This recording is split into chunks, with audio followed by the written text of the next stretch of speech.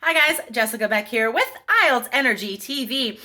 Are you stuck with your IELTS scores, specifically reading? You know guys, we can't just do practice test again and again and expect our scores to change, okay? So today we are going to give you a real insider look at how you can change the way you're preparing to start getting unstuck and improve your IELTS reading scores. We will outline three specific ways, three specific activities that you should start doing today to change your IELTS reading score, guys. So listen up. These are insider tips and tricks that you will not get in any textbook. So listen up to our conversation today, guys. And then when you're done listening to the conversation, go to allearsenglish.com/IELTS quiz. Take a short quiz. We will give you your free estimated IELTS band score and free IELTS resources. allearsenglish.com/IELTS quiz. All right, guys, let's get to the show. This is an IELTS Energy Podcast, episode 640, 3 Steps to Overcome Your IELTS Reading Panic.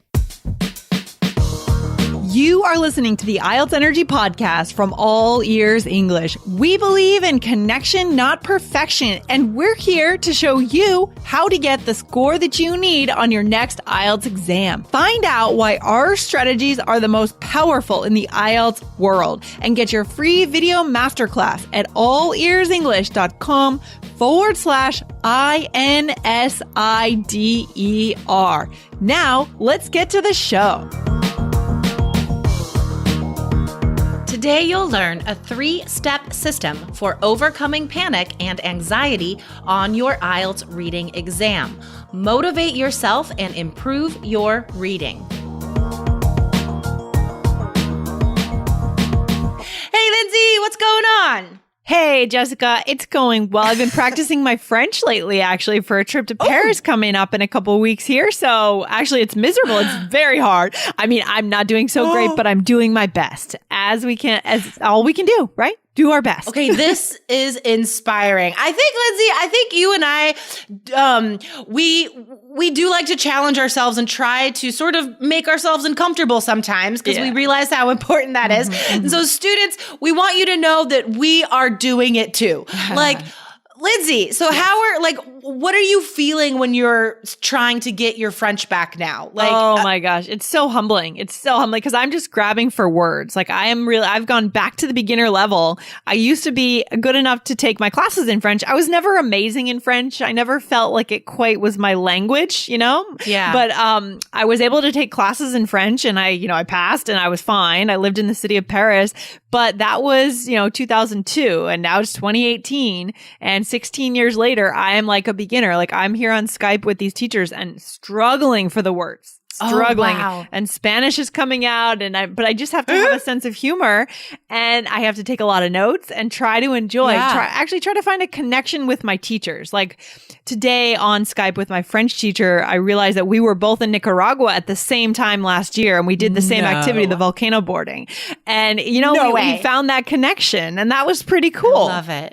So connection. That's what it comes down to. So great. Yeah. That's so great. I think, guys, there are so many parallels. And we know that Lindsay is studying for travel, right? Not taking a test. But guys, they're just learning a language, right? Becoming better at what you're studying. There are parallels here for you guys with IELTS.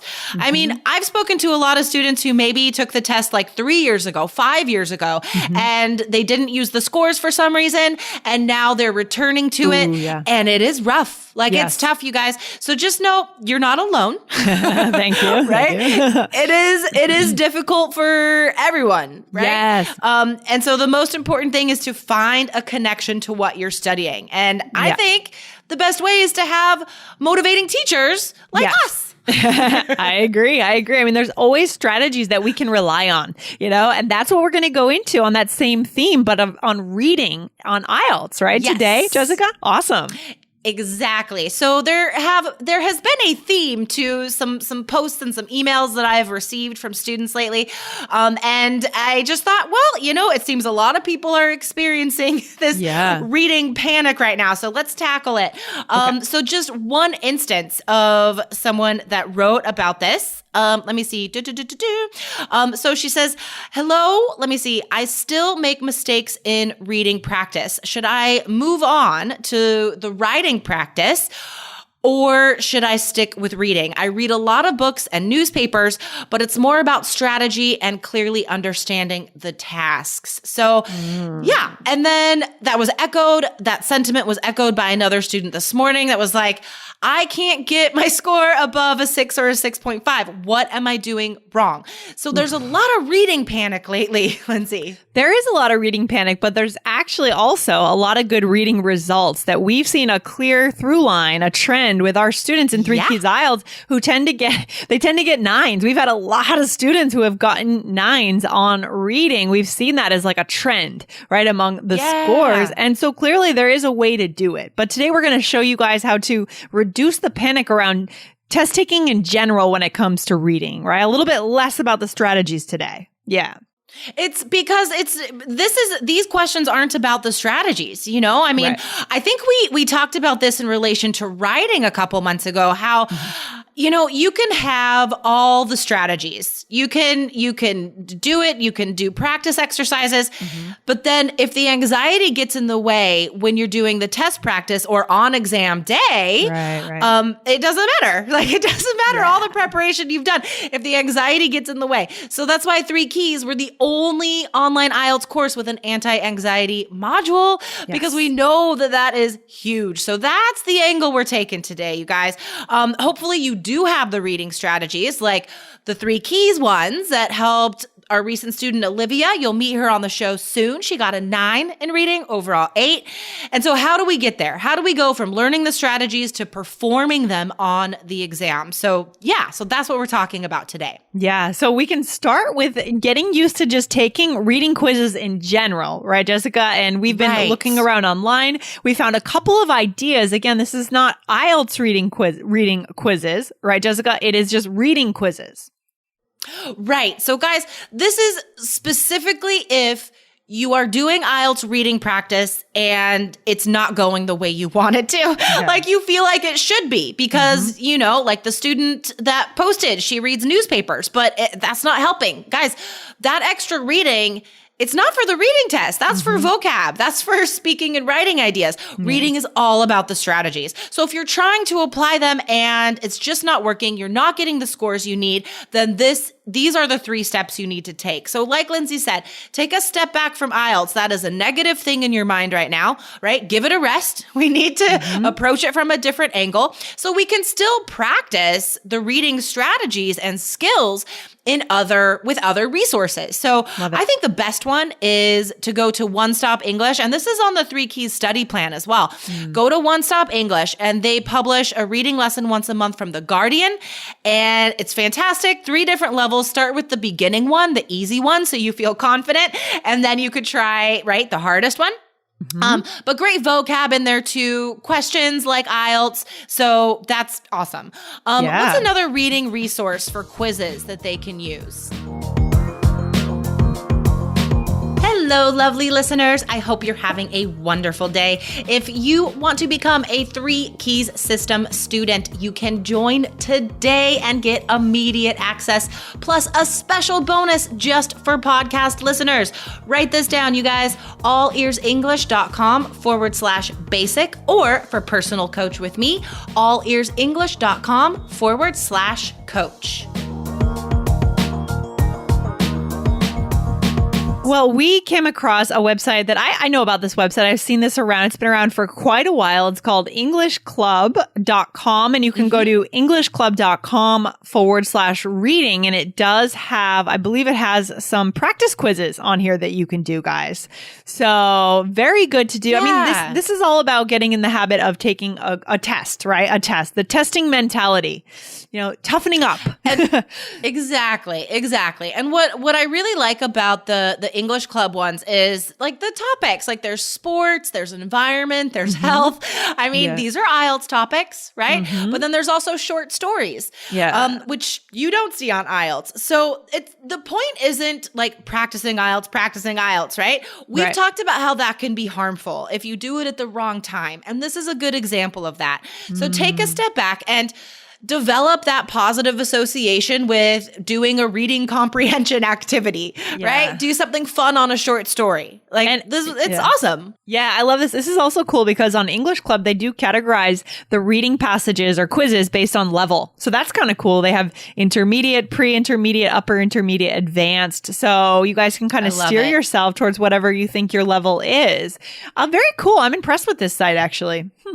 I know, me too. I know. The more we talk about it, the better it gets. This is an awesome resource. Okay, so that's the first step, guys. Use one of those two or both of those resources to develop a more positive association with reading and answering questions. That's all the point of that is, but it is necessary.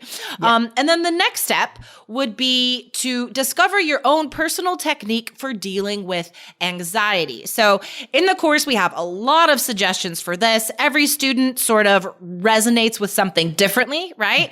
But there's a lot for you to discover about what works for you. But what's one possible anti-anxiety technique, Lindsay, that you think would work if we're in the exam, we're staring at this reading passage and we're panicking because we don't understand what we see. The words start swimming before our eyes. Like, what should we do? Yeah. I mean, so a good reliable technique is to breathe, is to take a minute and do a small meditation and focus on the feeling of the breath. Some people like to focus on it in their nostrils, the air coming through. Some people like to focus on it in the chest or the stomach, right? Just kind of getting into your body. And obviously this starts with knowing the exam well. And it's kind of like, you know which parts of the reading test are going to cause anxiety. Therefore, when you feel it coming up, that's a big part of the anti-anxiety plan, guys. We show you exactly where you're likely to get nervous because students do, right? So, but this is the second part of it. When that anxiety does come up, you respond by taking a minute, not even a minute, taking literally 10 to 15 seconds and breathing and even kind of to sink into your bodily awareness, putting the feet on the ground and feeling it completely. And then you come back to it. You come back to the test. So we're not losing much time, but we are regathering our mind. That's the thing. It doesn't take much time. I think, so my friend Megan, massage therapist, she studies like all of this stuff, right? Holistic medicine. And she told me once that she read a study. I don't know what study, but she read a study. And it said like 5 breaths, like 5 deep breaths. That's what it takes to engage or to like activate your, what is it? I'm going to sound like a fool now because I don't know all the terms, but the like autonomous, I'll figure it out and put it in the blog post. The autonomous nervous system, right? Like 5 breaths, that's what it takes to engage that, get your body back together so you can refocus, right? So it really is like a short amount of time. But I think just what the most important thing is here, like don't wait to do this on test day. You need to practice this while you're doing these reading quizzes, while you're doing IELTS practice before test day. So hopefully it won't happen at all. But if it does, you're practiced, you know what to do. Yeah. And then there's a final step, right? Since after we've done step 1, which is the reading quizzes outside of IELTS, and we've chosen our own strategy around kind of centering ourselves, then what is that third step that we can't miss? Right. So yeah, you can't miss this, guys. You have to bring it back to the IELTS exam at some point. So yeah, I think, 2 weeks before your exam, then you should refocus on the IELTS reading practice, but don't practice in the comfort of your own home. Don't make it easy on yourself because the issue is the anxiety. Right? So to anticipate that, we need to put ourselves in an environment that is challenging, not on your bed or on your couch or whatever. So go to a noisy cafe, sit outside where there's a lot of activity around you, you know, like a city park or whatever, but try out, 3 or 4 different environments that are challenging in any way and do the IELTS reading practice there. And that's where you use these techniques. That's where you find out if they work and really practice overcoming the worst of the anxiety. And then by the time you go to the exam, you sit down in this quiet room. Like you feel like, oh, this is relaxing. I got this. Oh yeah. It's funny. We hear from students sometimes that they talk about test day and they're surprised that something wasn't perfect inside the listening test, right? But guys, don't be surprised. Right. Don't be that person that is surprised that the audio wasn't perfect because it won't be perfect, right? Or that there was some kind of distraction, right? Don't be shocked by that. You should expect that and prepare for that. Yeah. Totally. I mean, yes, it's simple. Like ideally, it's going to be a bunch of quiet students doing their thing, but there's some nervous people, right? Maybe they're like doing an annoying thing with their pencil and tapping it on the desk, or like, you never know. So like Lindsay said, prepare for the worst, expect the best. Isn't that a saying? Yeah. Prepare for the worst. Yeah. Yeah. Hope for the best and prepare for the worst. Exactly. I love that saying. Something like that. If not, then we're going to coin that phrase today. Yeah. So guys, I mean, ideally you will be going through your IELTS preparation in a system where you are learning the strategies you can trust that get other people 9s, like our 3 key students.